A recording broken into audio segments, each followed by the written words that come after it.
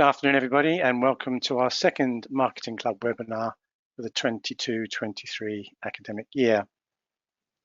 Today we'll be hearing from James George, who is the Strategic Advisor of PYXERA Global.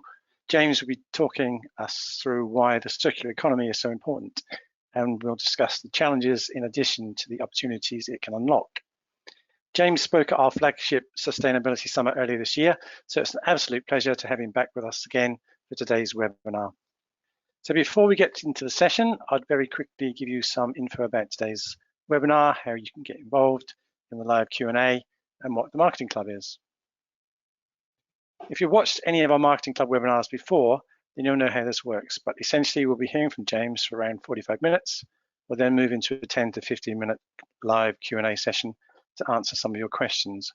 If you registered for the webinar, you'll be able to post your questions for the Q&A at any time during the session by clicking on the question mark. If you're watching on a laptop, you'll find the question mark on the right-hand side of your screen, or along the top or bottom if watching on a tablet or on a smartphone. If you're watching us live on YouTube or Facebook and would like to take part in the Q&As in future webinars, you'll need to register for the session either via the CIM events page or through our posts on the socials, and watch via the link in your booking confirmation email. James has very kindly agreed for his slides to be available to download whilst we're broadcasting. So if you would like a copy, just click on the handouts icon and you'll find them in there. If you want to watch the session again, it'll be available on our YouTube channel shortly after the broadcast is finished. Just head into the playlist section and find the Marketing Club folder. You'll find the entire back catalogue of our Marketing Club series to date in there too, with sessions covering a broad range of marketing skills and personal skills, all free to access and available whenever you want. So I'll just quickly explain what the Marketing Club is. The Marketing Club was created primarily to help students get the most from their CIM accredited degree and prepare them for a career in marketing. Although the Marketing Club is designed for students, CIM members and other marketing practitioners are also welcome to attend these sessions. For the uninitiated, the CIM accredited degree program enables students to gain a professional marketing qualification by taking advantage of the exemptions the accredited degree provides. If you're a university student, you can sign up now to receive the Marketing Club newsletter. Simply take a photo of the QR code you can see on screen, and that will take you right through to the sign up page. Alternatively, you can hop onto our website and find the Marketing Club page in the qualifications drop-down menu. Each edition of the newsletter will provide you with content designed to support your studies and actively manage your professional development by keeping you up to date with the latest trends, innovations, and concepts in the marketing industry. So it really is worth taking a look and signing up. We'll pop the QR code up again after James's presentation, so don't worry if you haven't had a chance to capture it yet. You may also be interested in our international student competition, The Pitch, which is designed to recognise and reward the marketing talent of the future. Each year we task undergraduate marketing and business students in their second or third year of university with a real-life marketing challenge. This year's challenge has been set by leading global brand We Are 8 and allows students to apply their learning from their degrees in teams of 2 or 3.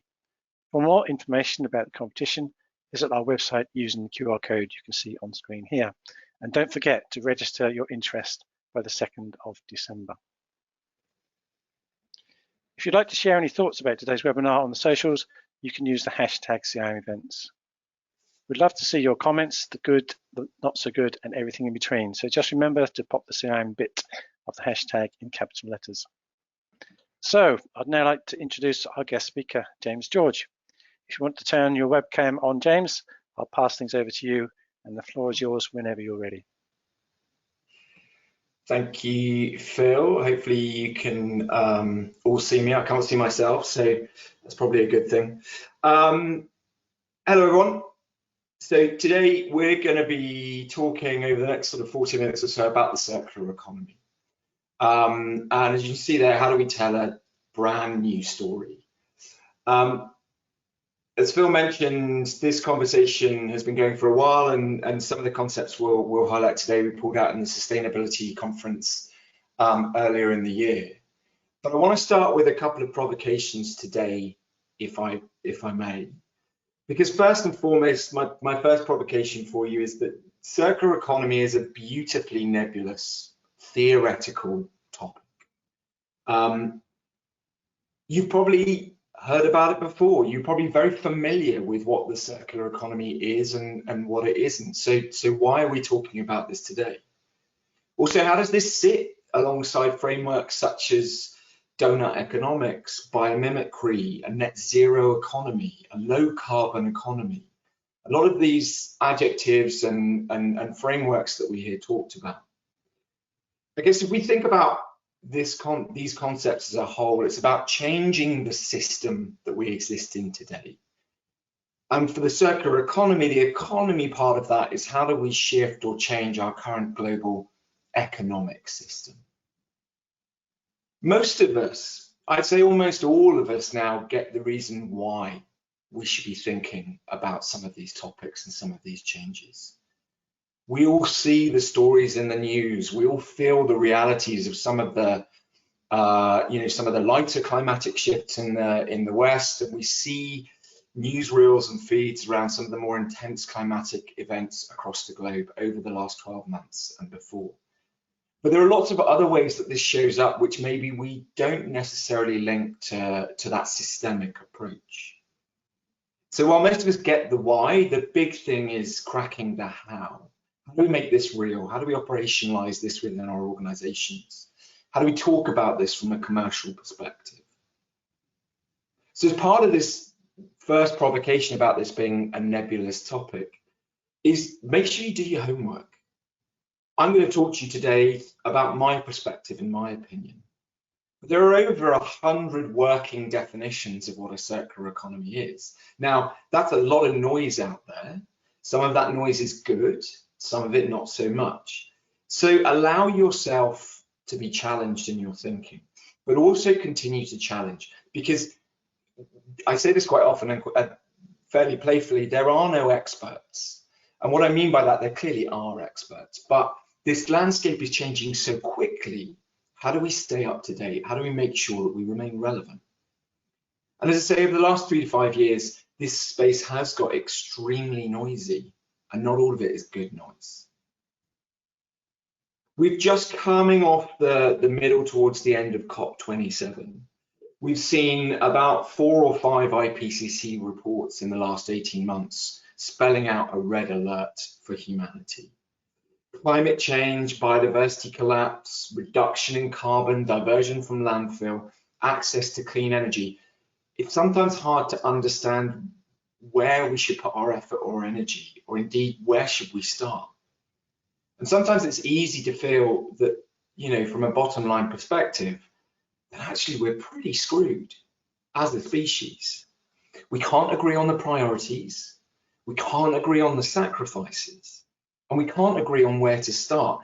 And even now, there are differences between developing and developed nation economies on where the reparation and cost should come. But this provides a huge economic and innovative opportunity. But we've got a lot of work to do. And my third provocation for you, and I love this one for this particular audience, is that we won't solve this by just buying better stuff.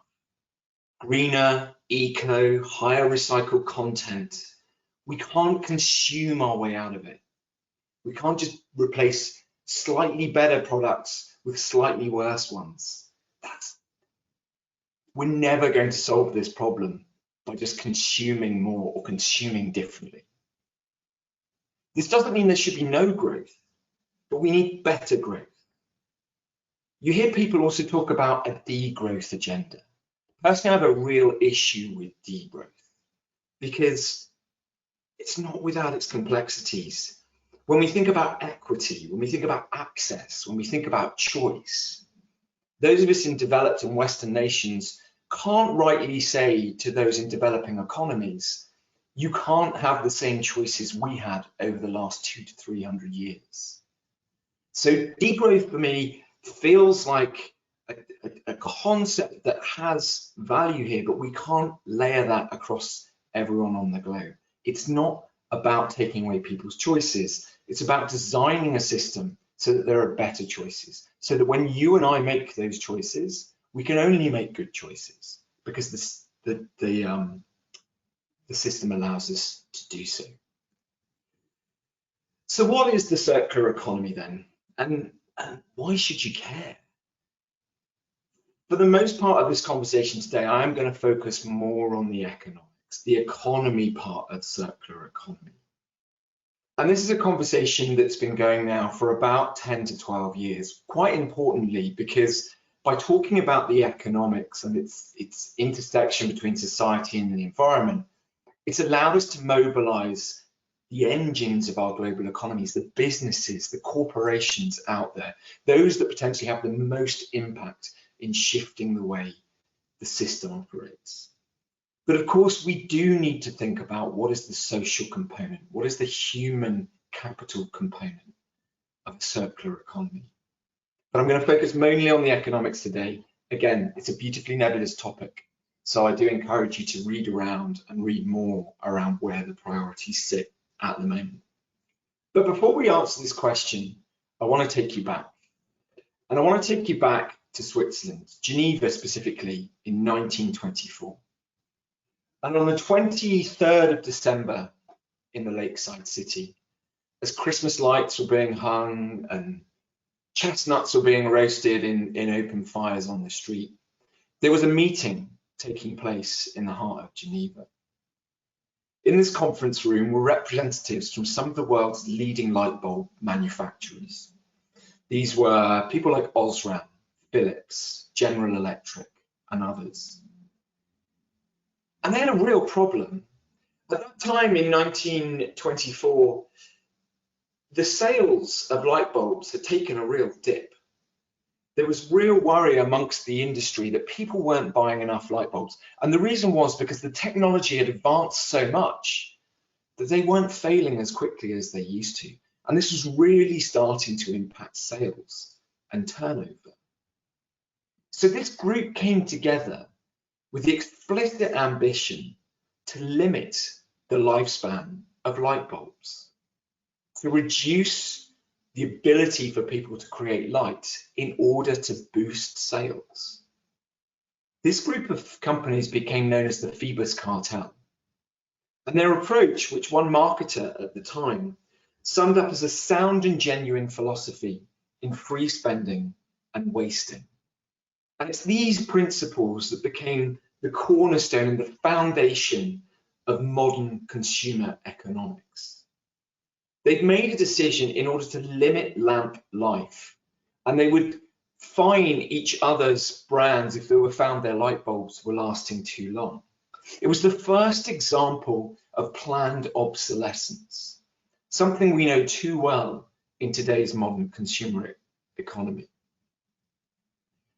If we go back even further, the Industrial Revolution was a fantastic time for developments in our ability to make stuff. Energy, labor were cheap and abundant, and access to raw materials to make things seemed almost limitless. We developed processes with more and more efficiency to make things quicker and quicker and cheaper than ever before. For example, when Henry Ford first started mass producing the Model T, they were able to produce thousands of vehicles per week, which was a huge step in production. And over the following decades, we developed smarter and targeted marketing campaigns, pioneered methods to convince people that old constantly needs to be replaced by new. Owning the latest stuff has become the new normal, whether that's from a status perspective, a cultural perspective, an emotional perspective. And this system has dominated today's economy. Even now, you hear about comms and creative agencies reaching for their marketing Bibles and saying things like, this won't land or it won't resonate with our target market. Too many organizations are leading with the story rather than creating the right impact and allowing that story to follow. To sell more stuff, to keep the economy growing, we have to take more resources from the ground. which we make into all of those weird and wonderful and fantastic products that people want. And then when it's no longer wanted or needed, it's disposed of, it's thrown away, it's landfilled, it's incinerated, it leaches into our environment. We've normalized a consumptive attitude to growth. Even in the global economic crash of 2007, 2008, the only solution that was really given to us by our political forebears was to spend more, consume more. That was the only way we were going to get the economy growing again. It's a take, make, waste economy, a linear economy, a line. Resources in at the beginning, waste out at the end. But it's important to acknowledge that this way of doing things has brought great prosperity to millions, if not billions, of people across the globe. Whilst our grandparents shopped in their towns, our parents shopped in their nations, we consume across the globe. We've enjoyed incredible technological innovation. We have access to almost anything we desire at remarkably short timelines and almost ridiculously, artificially low costs. However, this is where things start to go wrong for the linear economy. Because first off, it doesn't make very effective use of resources, which we know are not infinite at all. It doesn't plan for the long term. It doesn't take into account geopolitical shifts and associated risks with changes to global commodity prices, such as we're starting to see within the rare earth metal market. We're all feeling today the elements of the current inflationary and global factors that are affecting our pockets and our choices, but we never look to the root cause. The average car in Europe spends 92% of its time parked. That's north of 22 hours a day. Ask yourself right now, where is your car and what is it doing? I can see mine out the window and it's been sat there for about 5 days. So there's a huge amount of underutilization. Of that remaining 8% of usage, about 1 to 1.5% of it is stuck in traffic or looking for a parking space. And despite most cars having 4 seats, the average journey has one to 2 people in it. And 50% of all of our city infrastructure historically has been designed around the car. If we assume for a moment the average car in Europe costs about £30,000, then there's a huge amount of economic capacity to unlock, a huge amount of underutilization, a huge amount of inefficiency in that existing system. Inefficiency that's not realized, generally because of convenience. Not only that, our current global economies are incredibly wasteful. 1/3 of all food produced is wasted before it reaches our plate. Actually, that's probably closer to about 50% now from that original report. 8 million tons of plastic enter the ocean every year.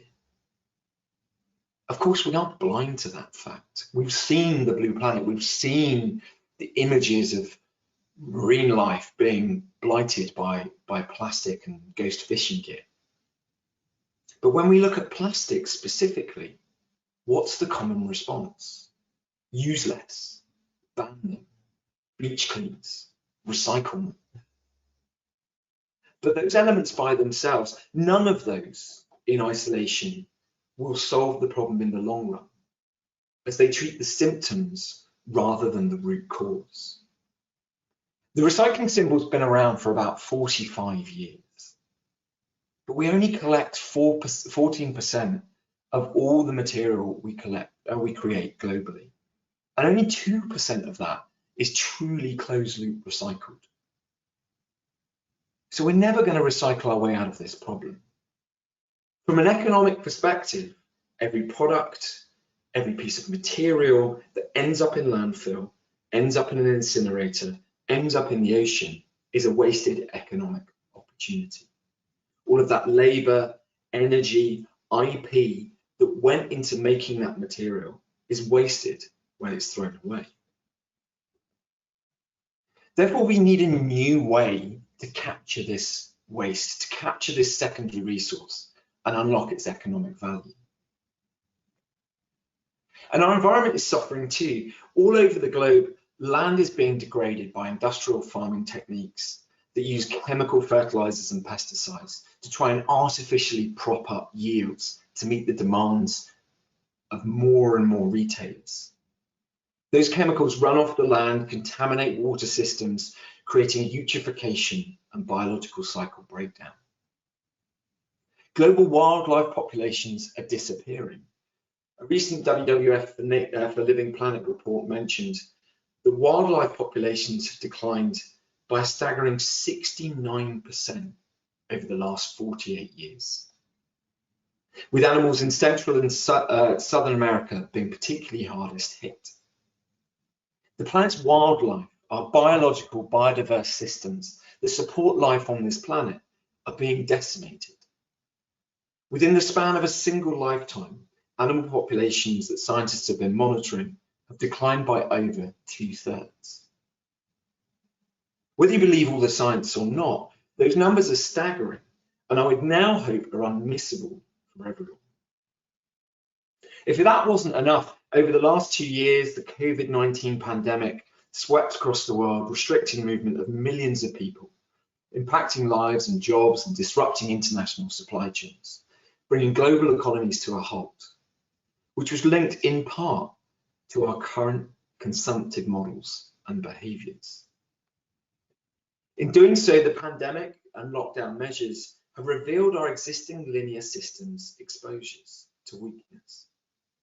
Shortcomings of a system in which resource extraction and waste production, which are inherent to the way we make and produce goods, cause untenable environmental degradation, climate change, biodiversity loss, and pollution.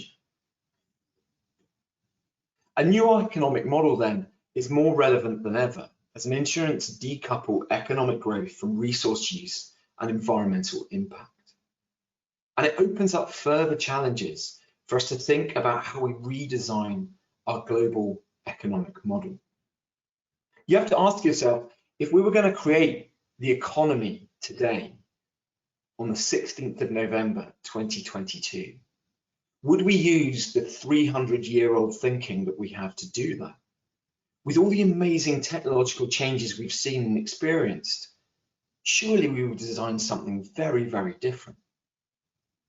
With all of its inefficiency, waste, pollution, the linear way of doing things can no longer support a growing global population, especially, as we briefly spoke about before, if we think about access and equity and choice.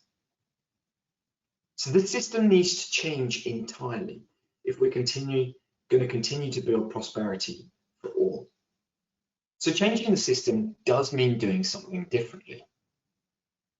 Moving from a linear economy where we extract value from materials. At its simplest level, the circular economy then is taking that straight line and turning it into a circle. A new system based on creating a global economy that is restorative and regenerative by design. And it's based on 3 principles. The first principle is elimination. Eliminate waste and pollution. Rather than treating the symptoms of pollution and finding ways to deal with waste once it's generated, why not stop it being created in the first place? If we take the lead from biological systems, there's no waste in nature, only secondary resource. Okay, so when a bird dies and falls to the ground, it doesn't become another bird. But the biological material permeates into the soil, which feeds the soil life, which in turn sustains the growth and the stability of that ecosystem, and the circle of life continues. You're starting to see businesses adopt this methodology. redesigning and disrupting their own production and business models, looking at how they create their products without waste, reducing pollution, but making sure it's not created in the first place. Or if it is created, how do they valorize it? How do they sell it? How do they take it to be the source material of another product?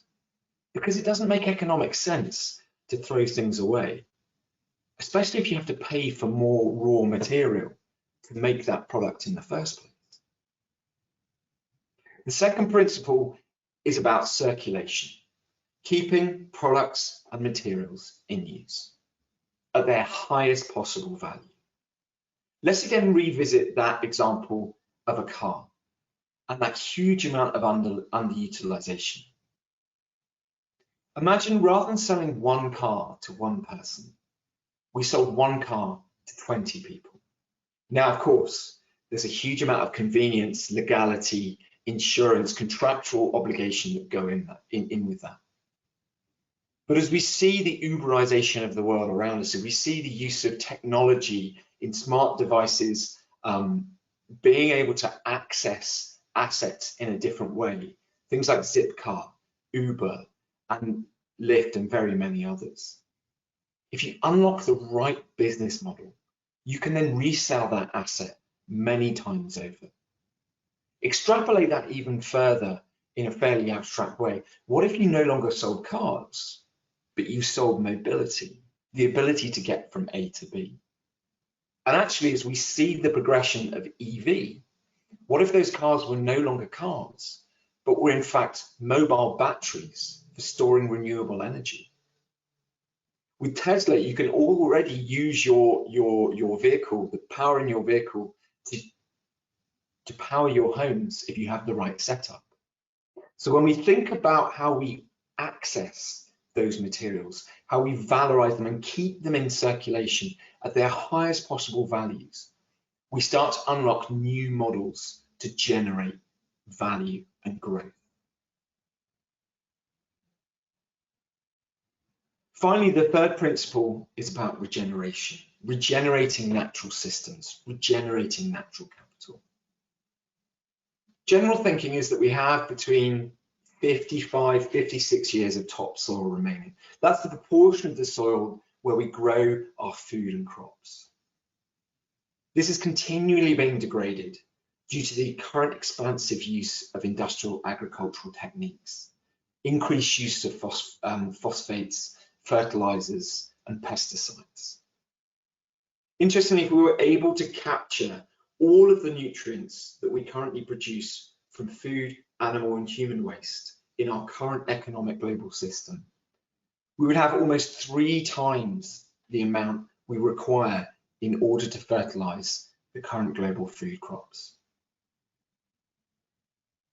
Finally, this is all about design.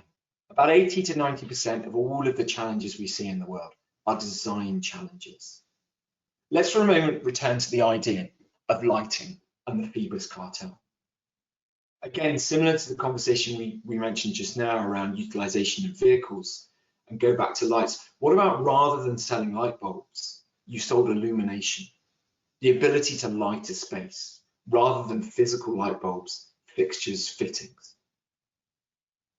About 5 years ago, what was then Philips Lighting and is now Lux did exactly that. They were approached by Schiphol Airport in the Netherlands, who said to them, look, we don't want to buy bulbs, maintenance contracts, wiring. We want to buy illumination for the airport.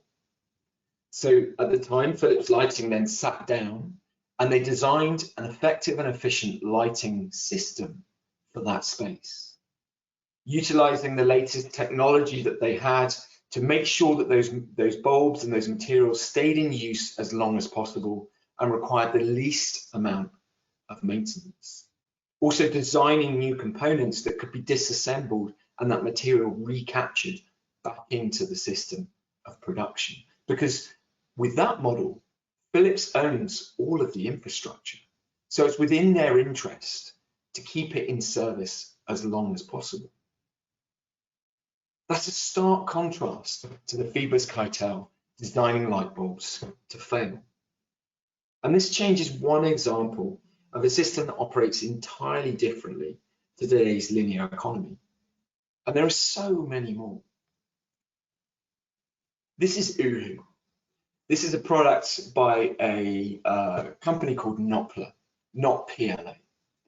And they've been working over the last 4 to 5 years about utilizing seaweed as an alternative to plastic packaging, an alternative to single-use plastics.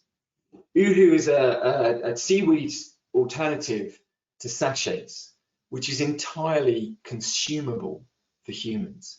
It also breaks down naturally within the environment within 2 weeks. They've been going from strength to strength over the last couple of years, and in the 2019 London Marathon, worked very closely with Lucozade to replace water bottles during the London Marathon. And that one event substituted out 30,000 bottles for water for the participants. As a result of that, Lucozade now use this technology in all of their sporting events globally. They've also done some really, really exciting work with Just Eat, with Glenlivet, and most recently with a luxury watch designer around slightly harder form plastics, all made out of seaweed. Second example I want to talk about is Appeal. Appeal are based in California. We talked before about food waste and how a third of food is wasted before it reaches our plate. Appeal have this lovely story about they don't see an apple, what they see is 1 million years of evolution. How nature has managed to create a skin to protect the flesh on the inside of that fruit. And how could they take that technology when we look at packaging for food? And they've developed a biobenign substrate which can be sprayed directly onto food that can keep it fresh for an additional 2 weeks compared to not putting it in packaging. Working at source with farmers in places like South America to put this compound onto the fruits and vegetables to keep them on the shelves longer, to keep them fresher longer, to minimize food waste. We've all seen that conversation about, why do my bananas come in a plastic bag? And depending on who you ask, it's either because it reduces food waste because they stay on the shelf longer, or actually it protects that food and keeps it in the best possible form for the consumer to purchase. But by looking at this in an innovative and different way, by using new developing technologies, we can find new solutions to deliver the same characteristics without having to encapsulate fruit in plastic. And then finally, I want to discuss Stephen. This is Stephen of Bluebell Farms. Stephen is a monocrop farmer in Suffolk. He had a real problem on his farm that due to the flat topography of Suffolk and the high winds, he was losing between 7 to 10% of topsoil every year due to erosion, which was having an impact on yield and his ability to maintain his crop. And he had to continually replenish his land either artificially or by bringing in soil to ensure there was sufficient topsoil to grow the next year's crops. Stephen was an agronomist by background and trade. So he started planting apple trees around the outside of his fields. The idea behind that was that the root structure of those trees would then lock in some of the integrity of that topsoil, reducing the erosion. But the unintended consequences he got with that rather than being a monoculture farmer, he now had a secondary crop that he could sell. Because every year he would grow apples and he could sell those and make a second revenue stream. He could also then employ people in the local economy to come and pick those apples. And also by leaving the hedgerows and leaving the grass to grow beneath the apple trees, it encouraged an increased level of biodiversity. So while Stephen was trying to solve a problem of soil erosion, what he actually got was additional income, local economy jobs, and an increase in biodiversity, all by taking a slightly disruptive and innovative approach to how he farmed in a more regenerative way.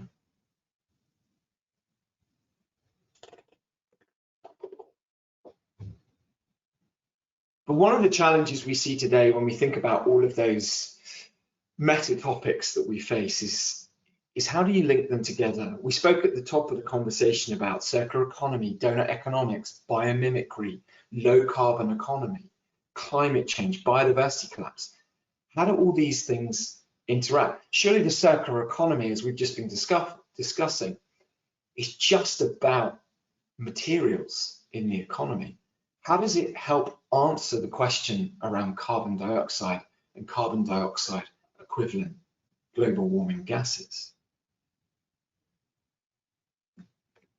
When we think about the challenge we have to keep global warming to 1.5 degrees by the end of the century, that translates into a global carbon budget. The amount of carbon that we're able to use as a species to stay below 1.5 degrees of warming. Now, a lot of the conversation you've heard from COP27 over the last week is about decarbonising energy, shifting the transition towards renewable energy, weaning ourselves off of fossil fuels and other non-renewable fuel sources. And of course, when we think about that carbon budget, 55% of that is based in the transition to renewable energy or in energy efficiency.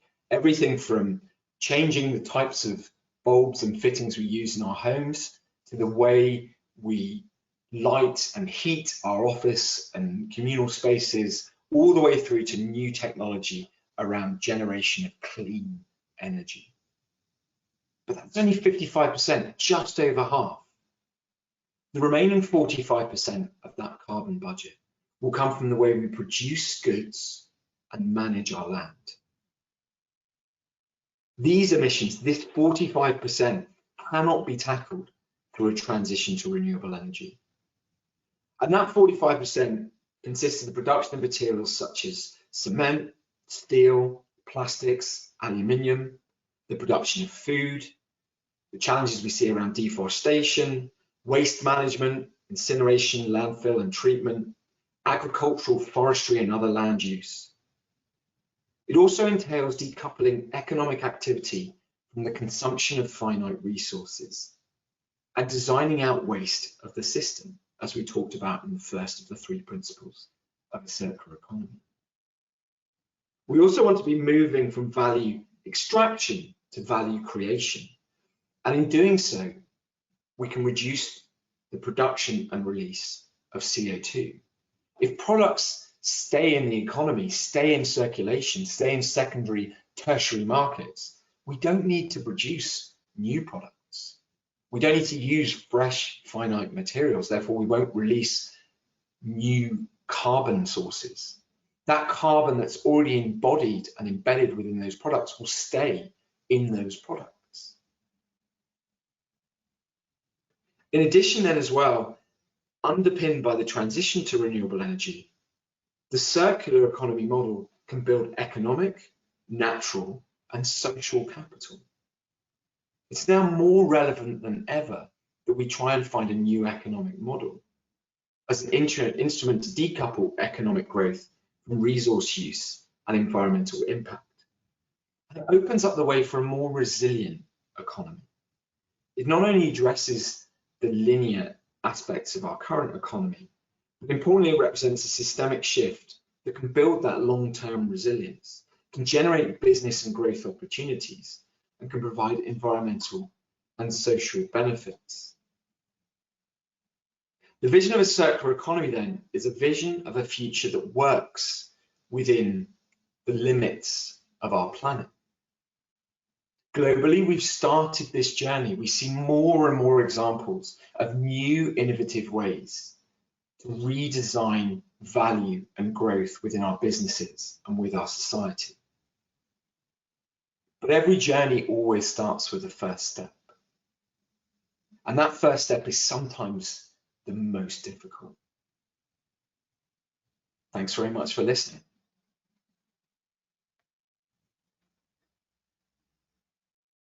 Brilliant. That's great. Thank you very much, James. A very thought-provoking presentation, and yes, one that obviously has resonance for us all. Okay, so we're now going to head into the Q&A session. We've already got some questions to get us underway, which we'll get to in a second, but please do continue to post your questions for James, and we'll try and get through as many as we can in the next 10 minutes or so.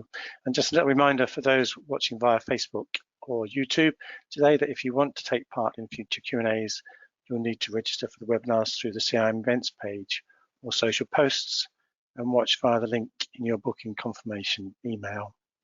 Also, if you want to comment on the socials about today's webinar, then you can use the hashtag CIM events. Okay, so let's head into the Q&A. First question, James, is given the limited nature of sustainable raw materials in the Caribbean, marketers are limited in offering green strategies. How can regional marketers overcome this challenge? Wow, not pulling any punches then for the first question. No, not indeed, yeah. Okay.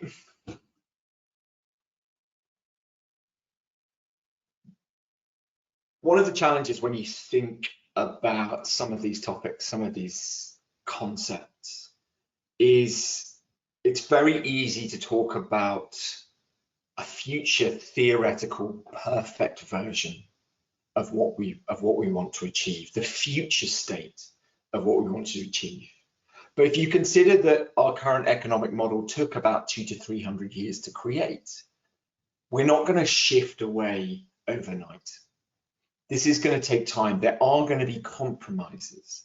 That doesn't mean that you don't keep an eye on that future ideal, but there are some interesting steps along the way. You sometimes hear that perfect shouldn't be the enemy of good, and it shouldn't, right? This is about a transition. It's about realigning and re-realizing where we see growth and opportunity. And when we think about island nations, when we think about those that don't have access to certain global commodities or global materials, what are the new models that we need to generate locally? Sometimes that's easy to do, and sometimes it's impossible to do. So I think that's a very verbose way of saying it's a complicated answer to that particular question, and it probably steps beyond my area of expertise. But I think if you're thinking about specific geographies, it's about potentially helping folks to understand at that local level what they can do and the role they can play, and then using that marketing superpower to inform people about the choices they make in their own lives and the consumptive habits that they have. Okay, great, thanks, James. Equally punchy question next. Define global. Why should countries who have contributed the least to the damage suffer or be included in it? What benefits are there for them? This is a brilliant question, and it's super timely, right? We've all seen the conversations this last week or so at COP27, thinking, folks talking about reparation, saying that, most of the industrialized and developed nations have got us into this problem over the last couple of 100 years. And now we're saying to those developing nations that are now ready to emerge into the global economy that you can't have the same choices and the same opportunities that we have, because if you do, then you're going to make the problem worse. It's a dialogue which I think we still need to work out. But when we think about equity and access, we have to give those countries a chance to grow and develop their own economies. And those of us in the West and those of us in developed nations need to accept that we're going to have to take most, if not all, of the burden when we think about reparations, when we think about sacrifices and reduction in choice, when we think about degrowth. But it's a very emotive topic, an extremely emotive topic.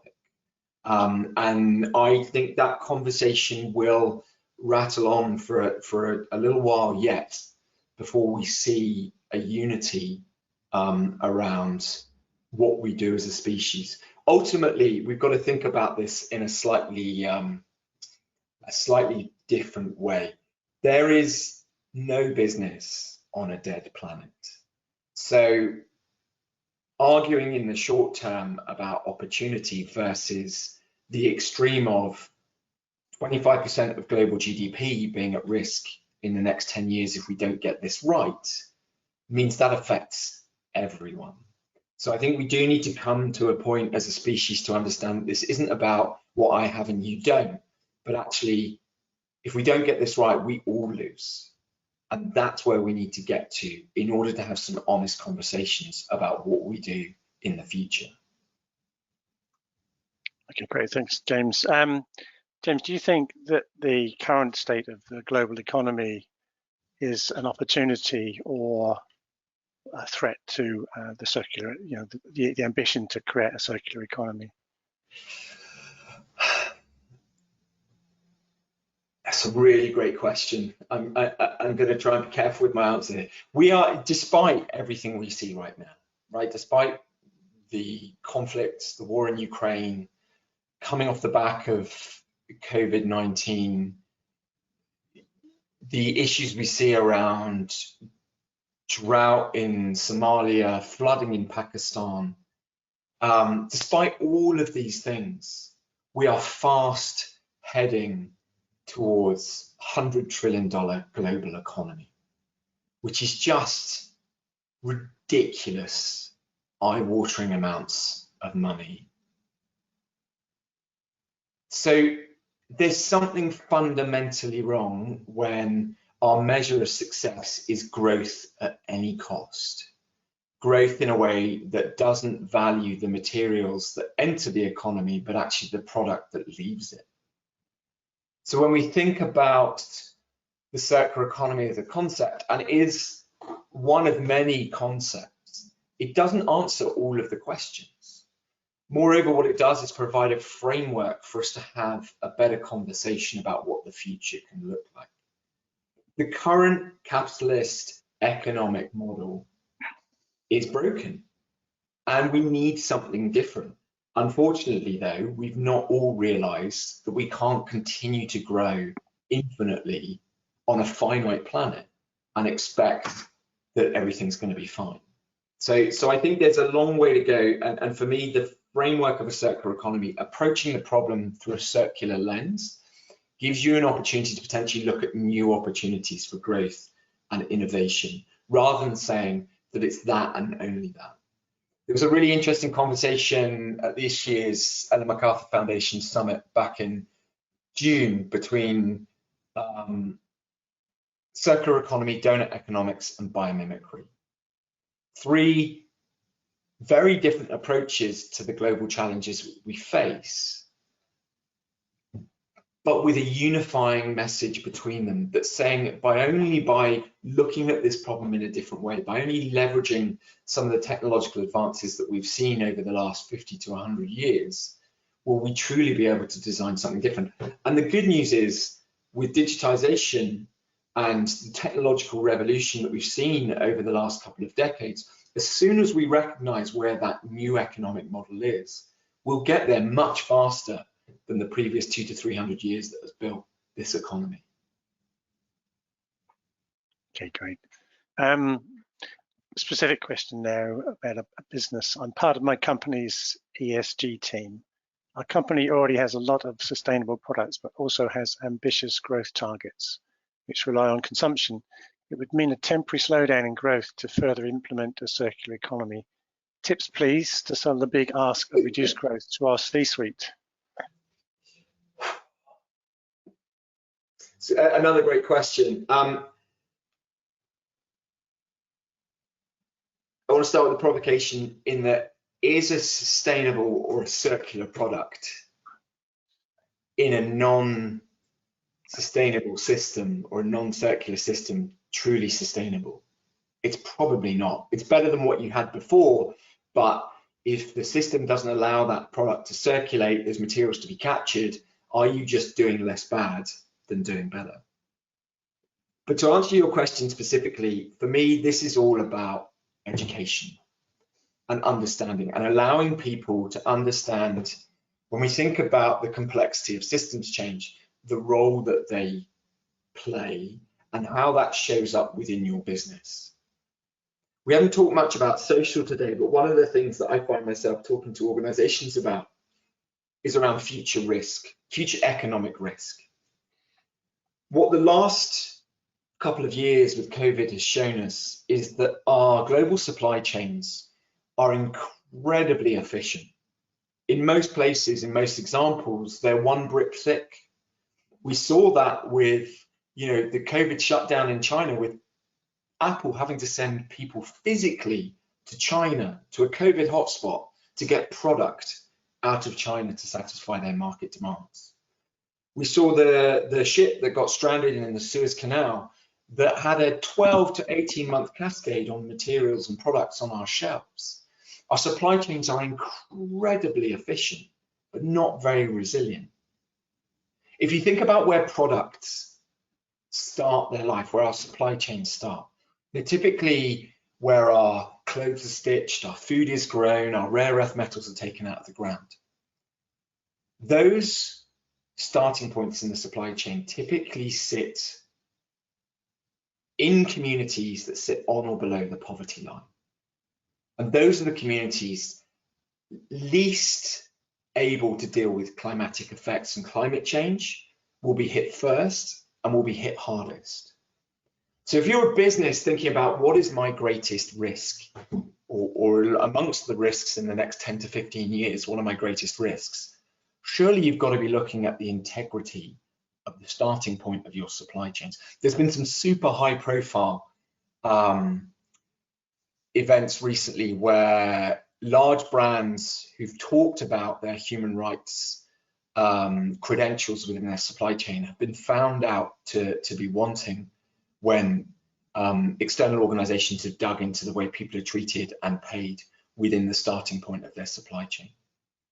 So if you're a business thinking about your future risk, why would you not consider the integrity of those communities in your supply chain? Why would you not put a direct economic investment into those communities to create an indirect de-risking to your future economic model?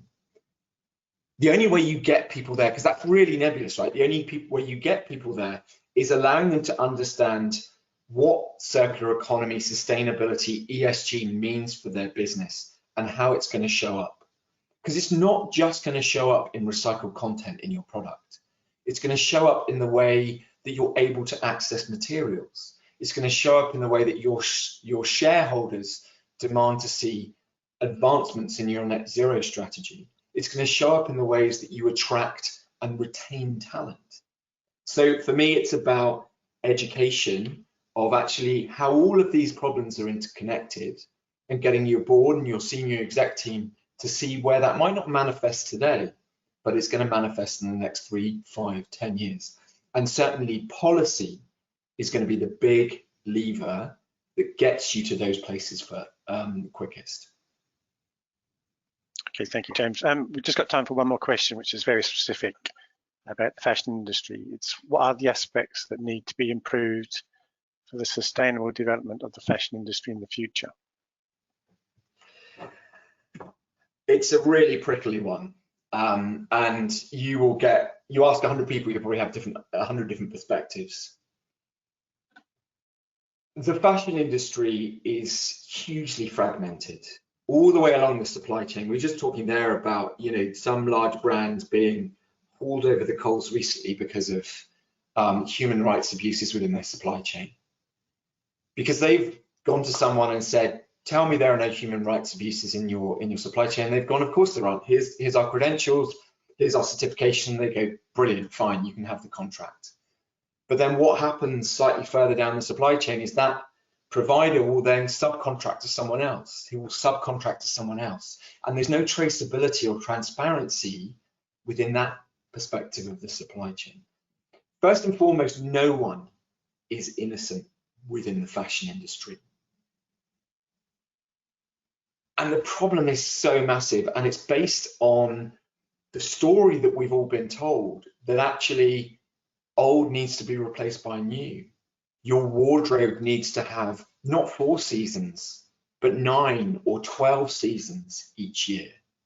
We see brands like Boohoo and Misguided, who in last year's Black Friday sale allowed customers to only pay for the postage and packaging, gave 100% of 100% discount on the product that they bought. Now, no matter how far you drill down, giving away free clothes and just asking people to pay postage and packaging is indicative of a broken system. If I, as a supplier or as a platform, can sell things to you at that cheaper price, there has to be something fundamentally wrong with my supply chain. The true value, the economic value of that material is not being passed through the supply chain to the consumer. And we need to look at that. We need to look at our behaviors around clothing. How do we buy less but better? How do we look at rental options for certain elements? Now, rental doesn't work in every scenario, but there are lots of brands in Asia, people like Y Closet and other, that sell encapsulated wardrobes. You're seeing a huge amount of Gen Z and beyond who are actually upcycling and recycling somewhere north of 75% of their wardrobes, because that mentality is baked in. So from the fashion industry perspective, I think there's some really amazing ambition. There's some really interesting disruptive business models, print on demand, made on demand, but we're a long way from finding a sustainable solution if it's easy to buy a t-shirt or a basic range for less than £5 a garment. We're never going to unpick some of the huge waste elements that exist and the exploitation elements that exist within that industry. It's an amazing subject area, James. I'm sure we could go on for days talking about this, but we have actually to draw a halt now. So thank you very much for answering those questions. James, do you think you could just move the slides on a couple? Yeah. So that's you. If you could just go a couple more.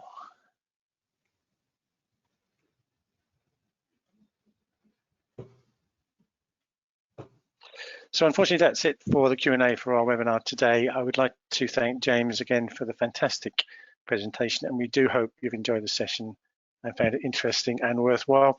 We'll be sending out a short survey about today's webinar, and we'd love to hear your feedback. It will only take a few minutes, and all survey responses are anonymous. So please do let us know your thoughts on the session and what you would like to see from our Marketing Club series in the future. We'll be back with our next Marketing Club webinar about the metaverse on Wednesday, the 8th of February, again at our new time of 1 p.m. You'll find further details listed on the events and Marketing Club pages of our website, where you'll also be able to register for the session. So that just leaves me to say a final thank you for joining us today, and we hope that you've enjoyed the webinar. Take care, everyone, and we look forward to seeing you again very soon. Thanks again, James. Thank you.